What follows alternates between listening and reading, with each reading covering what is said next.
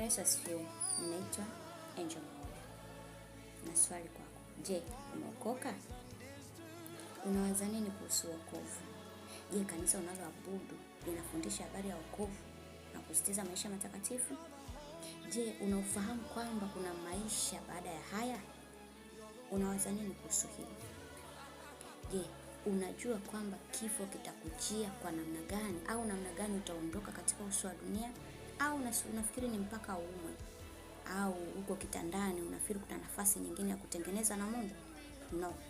Mungu ana njia nyingi za kukutoa duniani akikuhitaji, na unaweza usipate hata nafasi ya kulitaja jina la Yesu ukawa umeondoka moja kwa moja.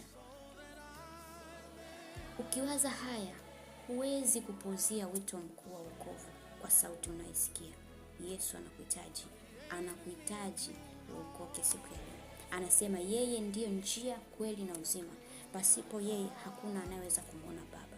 Lakini mtakatifu aendelee kuwa mtakatifu, na mwenye dhambi aendelee kutenda dhambi. Babangu anasema, nimalize kwa namna hii: ukiamua kuingia jehanamu, ingia kwa kishindo.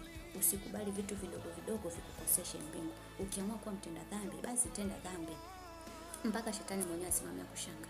Lakini unapoamua kuishi utakatifu, basi 100% wewe uwe mtakatifu na mbingu zitakufurahia. Wewe ambao hujaokoka, ni sauti ya mwito huu usikatae. Wokovu ni sasa. Mkubali Yesu leo, mpokee awe Bwana na Mwokozi wa maisha yako, na utaishi kwa amani, na tumaini la uzima wa milele utalipata. Mimi ni Angel Maule.